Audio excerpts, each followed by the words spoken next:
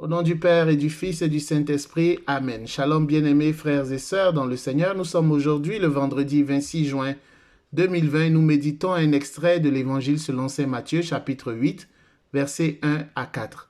Je suis Edgar Assoy et par mon baptême, j'ai été envoyé proclamer, partager la bonne nouvelle du salut en Jésus-Christ. À vous, grâce et paix, de la part de Dieu notre Père et de notre Seigneur Jésus-Christ de Nazareth, qui nous a arrachés de ce monde de ténèbres par sa mort et sa résurrection. À lui soit la gloire pour les siècles des siècles. Amen. Dans cet extrait, Jésus descend de la montagne vers un lépreux, comme il est descendu du ciel vers les hommes, afin de les guérir de la lèpre du péché et de les faire participer à sa nature céleste. Ainsi, Jésus transgresse les lois de pureté et atteste que sa parole a le pouvoir de purifier. Oui, aujourd'hui, en 2020, la parole de Jésus a le pouvoir de purifier. En Lévitique 13, 45 à 46, il était de coutume que le lépreux atteint de la plaie portera ses vêtements déchirés et aura la tête nue. Il se couvrira la barbe et criera « impur, impur ». Aussi longtemps qu'il aura la plaie, il sera impur. Il est impur. Il habitera seul. Sa demeure sera hors du camp. Donc les lépreux étaient exclus. En plus de leur maladie, ils étaient exclus de la communauté. Ils n'avaient pas le droit vraiment de venir dans la communauté. Et lorsqu'ils s'approchaient à peine du village, ils devaient crier « impur, impur, impur » afin que les gens prennent leurs précautions et s'éloignent d'eux. Alors, il y avait vraiment plus de... C'était une forme de condamnation. Il n'y avait plus de relations sociales, il n'y avait plus d'espoir je dirais, de guérison. Le lépreux était un condamné. Le lépreux était entre la vie et la mort.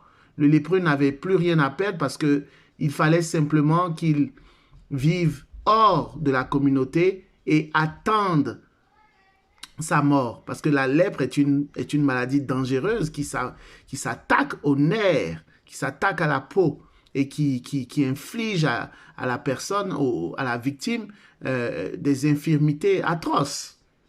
Alors, le lépreux était condamné. Mais la bonne nouvelle de ce jour, mon bien-aimé, c'est qu'en Jésus-Christ, il n'y a plus de condamnation. Les choses anciennes sont passées. Voici, toutes choses sont devenues nouvelles. Les lèpres de ta vie, c'est-à-dire les péchés que tu as commis dans ta vie, ne vont plus te conduire à la mort parce que Jésus-Christ te purifie, Jésus-Christ te libère, Jésus-Christ te délivre par sa mort et sa résurrection. Le lépreux, non seulement Jésus transgressait ainsi les lois de pureté, mais je peux dire personnellement que le lépreux aussi transgressait. Le lépreux que nous voyons aujourd'hui dans l'Évangile a aussi transgressé les lois parce qu'il n'avait pas le droit vraiment de s'approcher. La Bible nous dit le lépreux s'approcha et se prosterna devant lui. Alors, il y a brisement des lois des deux côtés.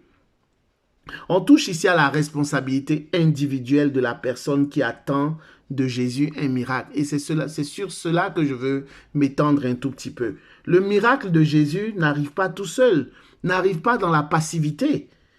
Le miracle de Dieu, le miracle de Jésus exige que le malade, que la personne exige d'elle qu'elle pose des actes de foi qui appellent, qui attirent ce miracle.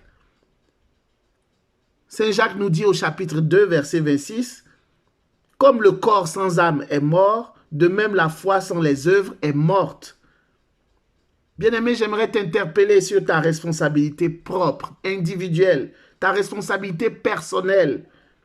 Tu espères et attends de Jésus un miracle. C'est bien, mais comment le démontres-tu?